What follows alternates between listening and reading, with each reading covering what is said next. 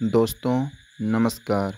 यह है एसएसटी ज्ञान सागर चैनल में मैं प्रदीप कुमार। दोस्तों आगामी परीक्षाओं को ध्यान में रखते हुए प्रस्तुत है विशेष श्रृंखला एसएसटी ज्ञान सागर चैनल में, जिसमें हम भूगोल से संबंधित विभिन्न परीक्षाओं जैसे टीजीटी, पीजीटी, जीआईसी प्रवक्ता, government degree college, LT grade तथा विभिन्न परीक्षाओं से संबंधित महत्वपूर्ण प्रश्नों को रिवीजन करेंगे, जो आपके आगामी परीक्षाओं के लिए विशेष रूप से उपयोगी सिद्ध होगी।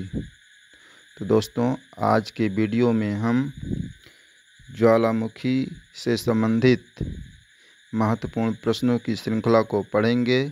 तो आइए शुरू करते हैं। यदि वीडियो अच्छा लगे तो चैनल को सब्सक्राइब तथा वीडियो को लाइक करना न भूलें। दोस्तों आज के वीडियो का जो पहला प्रश्न है,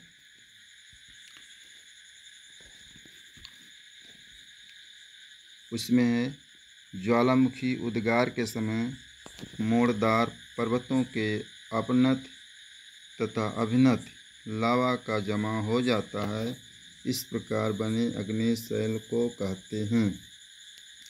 अर्थात लैकोलित कहते हैं, बैथोलित कहते हैं, लोपोलित कहते हैं, फैकोलित कहते हैं। प्यारे दोस्तों इसमें A B C D 4 option दिए गए हैं, तो इसमें हो जाएगा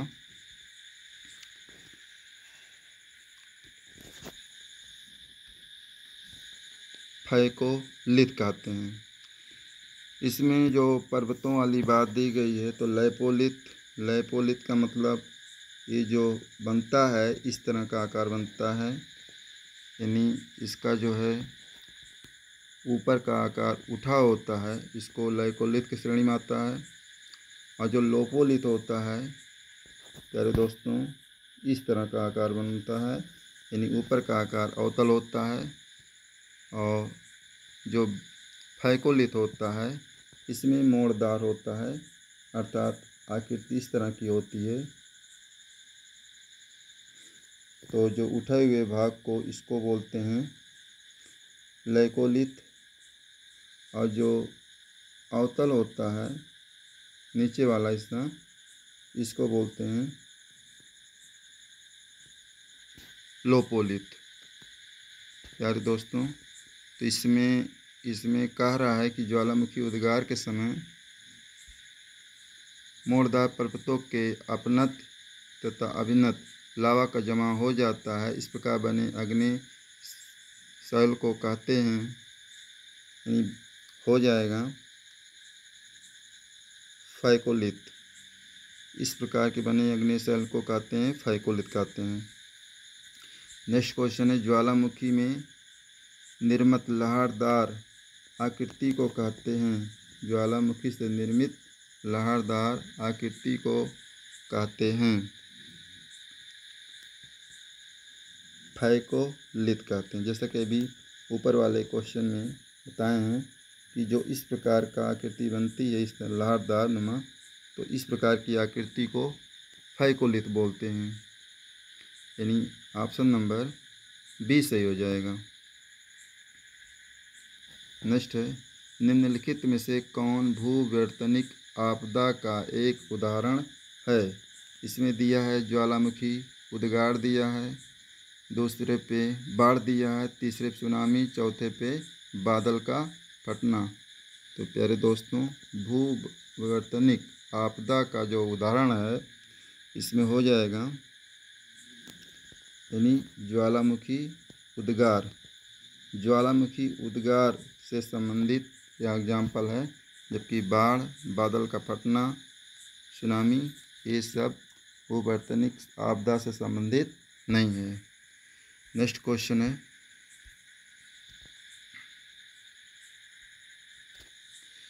कारा निम्नलिखित में से कौन सा ज्वालामुखी से संबंध नहीं है। निम्नलिखित में से कौन सा ज्वालामुखी से संबंध नहीं है। ये निगेटिव आ गया है, कौन नहीं है।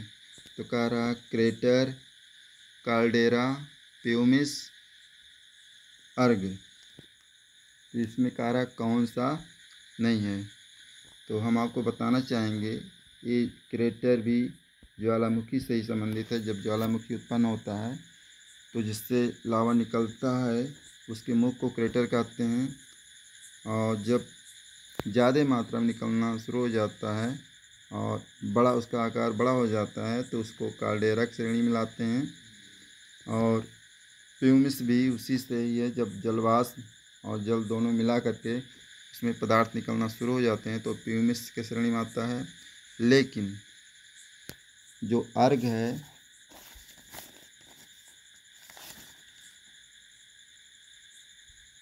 प्यारे दोस्तों, जो अर्घ है वो रेगिस्तान से संबंधित है। ये ऑप्शन नंबर सी जो है ये रेगिस्तान से संबंधित है। अर्थात ये क्रेटर, कार्डेरा और प्यूमिस ये तीनों ज्वालामुखी से संबंधित है। लेकिन ये जो सी ऑप्शन है यानी 35 का सी, ये अर्घ ये रेगिस्तान से संबंधित है। तो इसमें क्वेश्चन कारण निम्नलिखित में से कौन सा संबंध नहीं है? तो प्यारे दोस्तों, इसमें सी ऑप्शन संबंध नहीं है।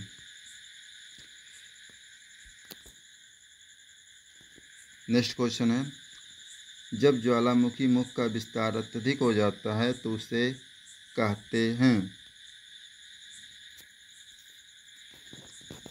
अभी इसके पहले बताए हैं कि जब ज्वालामुखी मुख का विस्तार अत्यधिक हो जाता है यानी उसका मुख जो चौड़ा हो जाता है तो उसको ज्वालामुखी शंख कहते हैं, कार्डेरा कहते हैं, ज्वालामुखी गर्म कहते हैं। इनमें से कोई नहीं। प्यारे दोस्तों, इनमें से ऑप्शन नंबर बी सही है, यानी उसको कार्डेरा बोलते हैं। जब ज्वालामुखी का मुख अत्यधिक चौड़ा हो जाता है और उसमें लावा वगैरह पर्याप्त मात्रा में आने लगते हैं विस्फोटक के रूप में, तो वो कार्डेरा उसको बोलते हैं। तो ऑप्शन नंबर बी सही है। नेक्स्ट क्वेश्चन है, ऊर्ध्वाधर संधियों में घुसने वाला और ठोस हो जाने वाला मैग्मा कहलाता है। डाइक कहलाता है, सिल कहलाता है, लोपोलिथ कहलाता है, बैथोलिथ कहलाता है। तो प्यारे दोस्तों, इसमें कह रहा है ऊर्ध्वाधर संधियों में घुसने वाला ठोस हो जाने पर। हम आपको बताना चाहेंगे प्यारे दोस्तों कि ऊर्ध्वाधर का मतलब होता है वर्टिकल, इस तरह का। ऊर्ध्वाधर का मतलब होता है वर्टिकल, इस तरह का। जब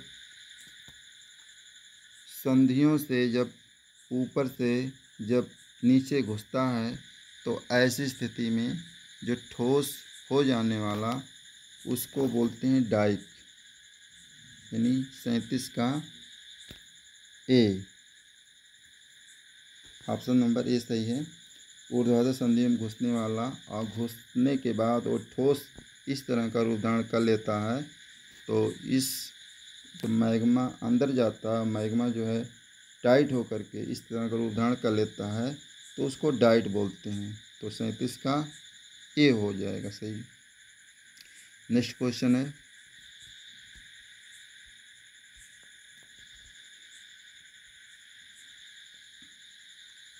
कारण निम्नलिखित में से कौन सुमेलित नहीं है?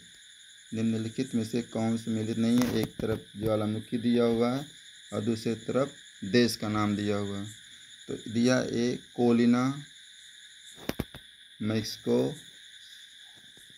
मैक्सिको देश में पाया जाता है, Merapi Indonesia, mount Etna Italy और सबनकाया जापान में। तो प्यारे दोस्तों, मैं बताना चाहूँगा आपको कोलिना मैक्सिमो में पाया जाता है तो ये सही है। मेरापी ज्वालामुखी इंडोनेशिया में पाया जाता है, ये भी सही है। माउंट एटना ज्वालामुखी ये भी इटली में पाया जाता है, इसका मतलब ये भी सही है।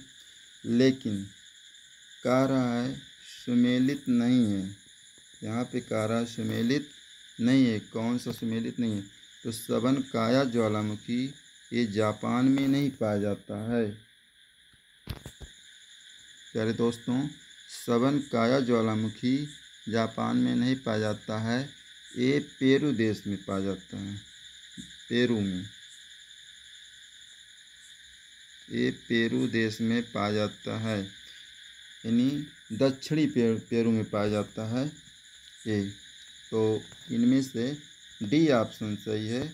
कौन सा सुमेलित नहीं है, अर्थात डी सुमेलित नहीं है। नेक्स्ट क्वेश्चन है, निम्नलिखित युग्मों में से कौन सुमेलित नहीं है। फिर क्वेश्चन आया है, निगेटिव का आया है, नहीं शब्द।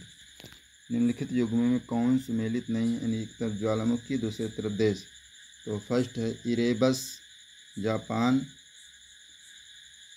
माउंट आनुंग इंडोनेशिया, ग्रीष्म बोल्टन आइसलैंड, क्रीलाइया संयुक्त राज्य अमेरिका।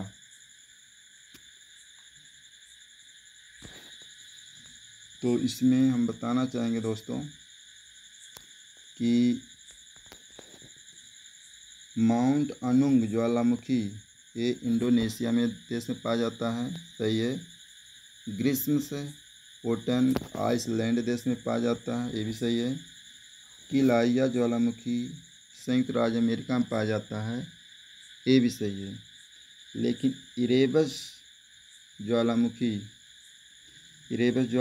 ये जापान में नहीं पाया जाता है, जापान देश में नहीं पाया जाता है। माउंट इरेबस अंटार्कटिका महाद्वीप के रॉस द्वीप में स्थित है। अंटार्कटिका महाद्वीप के रॉस द्वीप पर स्थित है ये, अर्थात जापान में नहीं पाया जाता है, ये पाया जाता है अंटार्कटिका महाद्वीप के रॉस द्वीप पर स्थित है। तो इसका मतलब कौन सा सुमेलित नहीं है, अर्थात ए सुमेलित नहीं है। नेक्स्ट क्वेश्चन है, विश्व में सर्वाधिक ज्वालामुखी किस पेटी में पाया जाता है। प्यारे दोस्तों, विश्व में सर्वाधिक ज्वालामुखी किस पेटी में पाया जाता है। मध्य महाद्वीपीय पेटी में, अंध महासागरीय पेटी में, हिंद महासागरीय पेटी में, परिप्रशांत महासागरीय पेटी में। प्यारे दोस्तों, 40 का डी हो जाएगा, अर्थात परिप्रशांत पेटी में पाया जाता है, अर्थात प्रशांत महासागर के पेटी में चारों तरफ ज्वालामुखी पाए जाते हैं।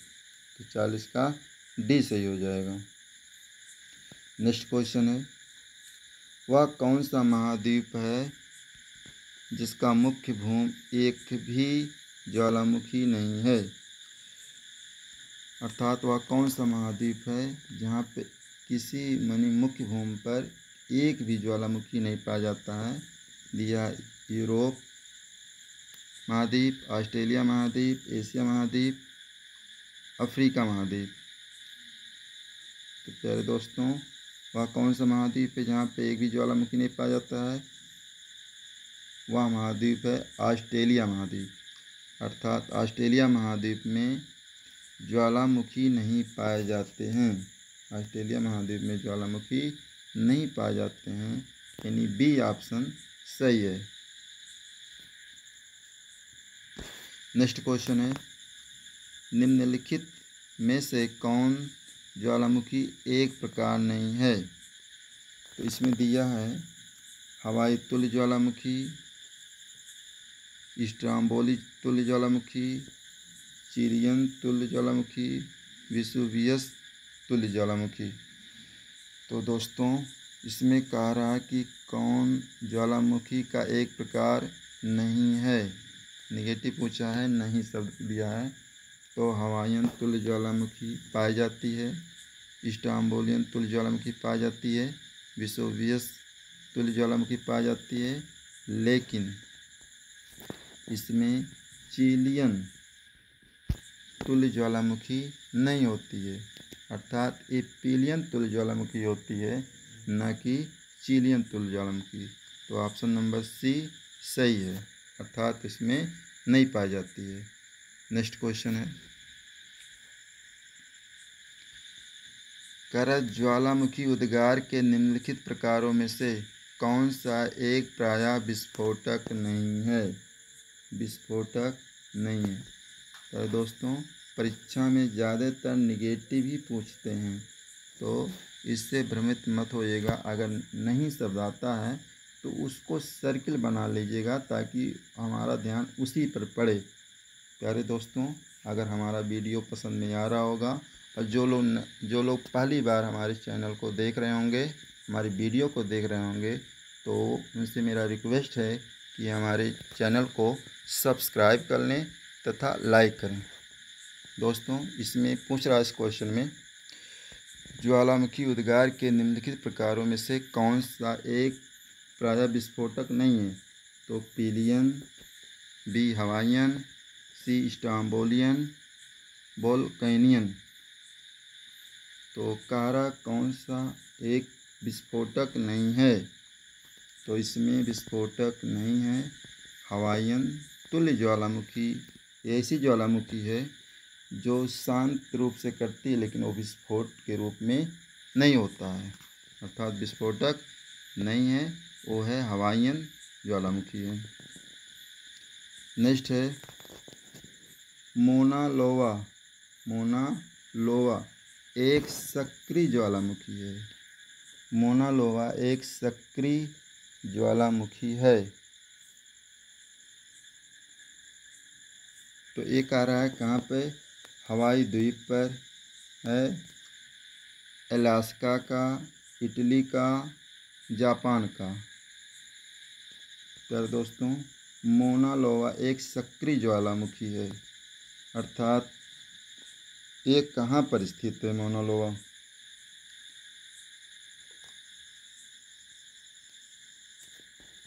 तो ये मोना लोवा है 44 का ए। मोना लोवा एक सक्रिय ज्वालामुखी है जो हवाई द्वीप पर स्थित है। हवाई द्वीप, अब प्रश्न ये बनता है कि हवाई द्वीप है कहाँ। तो दोस्तों जो मोना लोवा एक सक्रिय ज्वालामुखी है जो एक्टिव आज भी है, वह हवाई द्वीप पर स्थित है। हवाई द्वीप कहाँ पर स्थित है, यह एक संयुक्त राज्य अमेरिका में स्थित है। और जो हवाई द्वीप है, हवाई द्वीप एक राज्य है और एक वहाँ का एक द्वीप समूह भी है जिसको हवाई द्वीप के नाम से जाना जाता है, और वहीं पर मोना लोवा एक सक्रिय ज्वालामुखी स्थित है। नेक्स्ट क्वेश्चन है, निम्नलिखित में से कौन सा युग्म सुमेलित नहीं है। फिर इसमें आ गया है सुमेलित नहीं है। बार बार क्वेश्चन निगेटिव पूछ रहा है। निम्नलिखित में से कौन सा युग्म सुमेलित नहीं है।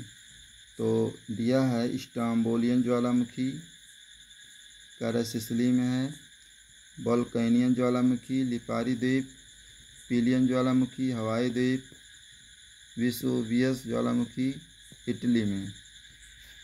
तो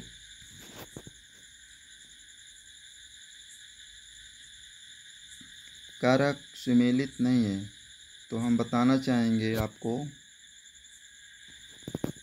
स्टाम्बोलियन ज्वालामुखी ये सिसिली में स्थित है, ये सही है। वोल्केनियन ज्वालामुखी लिपारी द्वीप पर स्थित है, ये भी सही है। नेक्स्ट का रहा है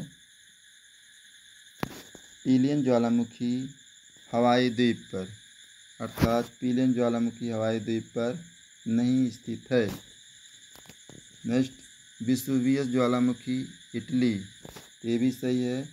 तो कारक कौन नहीं सही है, कौन नहीं सुमेलित है। तो पीलियन ज्वालामुखी हवाई द्वीप पर नहीं पाया जाता है, और ये ऑप्शन नंबर सी सही है। नेक्स्ट क्वेश्चन है सर्वाधिक विनाशकारी ज्वालामुखी है। दोस्तों कारक सर्वाधिक विनाशकारी ज्वालामुखी है, अर्थात सबसे ज़्यादा खतरनाक भयंकर ज्वालामुखी है, तो वह है पीलियन ज्वालामुखी। 46 का बी सही हो जाएगा, पीलियन ज्वालामुखी। नेक्स्ट है विश्व का सर्वोच्च शांत ज्वालामुखी है। विश्व का सर्वोच्च शांत ज्वालामुखी कौन सा है? फ्यूजियामा है, एकांगुआ है, क्राकाटोवा है, एटना है। तो इसमें हो जाएगा एकांगुआ। विश्व का सर्वोच्च शांत ज्वालामुखी एकांगुआ ज्वालामुखी है और ये कहाँ पर स्थित है? ये दोस्तों ये अर्जेंटीना देश में स्थित है। एकांगुआ ज्वालामुखी ये अर्जेंटीना देश में स्थित है। नेक्स्ट क्वेश्चन है, कह रहा है ओल्ड फेथफुल। प्यारे दोस्तों ये कह रहा है ओल्ड फेथफुल है हवाई में एक ज्वालामुखी, एशिया में एक पर्वत है, संयुक्त राज्य अमेरिका में एक उष्णोष्ण है, फ्रांस में एक नगर है। तो ये हो जाएगा ओल्ड फेथफुल है, अर्थात हो जाएगा संयुक्त राष्ट्र अमेरिका में एक उष्णोष्ण है। नेक्स्ट क्वेश्चन है, निम्नलिखित युग्मों में से कौन सा युग्म सही सुमेलित नहीं है? फिर नेगेटिव आ गया है, दिया है विसुवियस इटली में स्थित है, इरेबस अलास्का में स्थित है, कोटोपैक्सी इक्वाडोर में स्थित है, मोना लोआ हवाई द्वीप पर स्थित है। तो अभी अभी ऊपर क्वेश्चन ये देखने को मिला है कि कारक कौन सुमेलित नहीं है। तो ये हो जाएगा प्यारे दोस्तों विसुवियस इटली में पाया जाता है, ये सही है। कोटोपैक्सी इक्वाडोर में पाया जाता है, ये भी सही है। मोना लोआ हवाई द्वीप पर स्थित है, ये भी सही है, जो कि संयुक्त राज्य अमेरिका में पड़ता है। यह एक राज्य और द्वीप समूह दोनों है। जबकि इरेबस अलास्का में नहीं पाया जाता है, अर्थात ये कहाँ पाया जाता है? ये माउंट इरेबस है जो पाया जाता है अंटार्कटिका के रॉस द्वीप पर स्थित है ये इरेबस। तो इसमें कारक कौन सुमेलित नहीं है? तो प्यारे दोस्तों इनमें से 20 जो है ये सुमेलित नहीं है, अर्थात बी ऑप्शन सही है। नेक्स्ट क्वेश्चन है,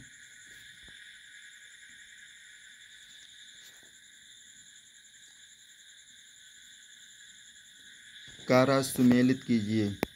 एक सूची 2 दिया है।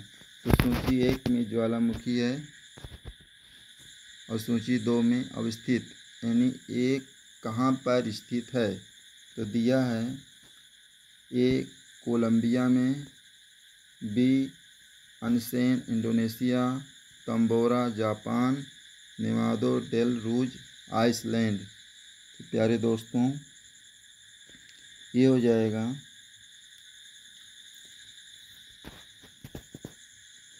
लाकी कहाँ पे स्थित है? अर्थात लाकी आइसलैंड में स्थित है। अनसेन स्थित है इंडोनेशिया में, अनसेन जापान में स्थित है। तंबोरा स्थित है इंडोनेशिया में। उसके बाद नेवादो डेल रूज स्थित है कोलंबिया में। तो प्यारे दोस्तों हम बताना चाहेंगे, यानी ए का 4, बी का 3 और सी का 2, डी का 4, डी का 1। तो हम बताना चाहेंगे कि ए ऑप्शन सही है, अर्थात 50 का ऑप्शन नंबर ए सही है। ए का 4, बी का 3, सी का 2 और डी का 1। तो प्यारे दोस्तों ये रहा वीडियो। नेक्स्ट वीडियो है, नेक्स्ट क्वेश्चन ये कर रहे हैं आपको। तो आई होप, तो आशा करता हूँ मेरे द्वारा जो अध्ययन कराया जा रहा है वह पसंद में आ रहा होगा। अगर पसंद में आ रहा होगा दोस्तों प्लीज़ मेरे चैनल को सब्सक्राइब तथा वीडियो को लाइक करना ना भूलें। थैंक यू सो मच दोस्तों। कल हम फिर नई वीडियो के साथ आप लोगों से मिलेंगे। जय हिंद, जय भारत।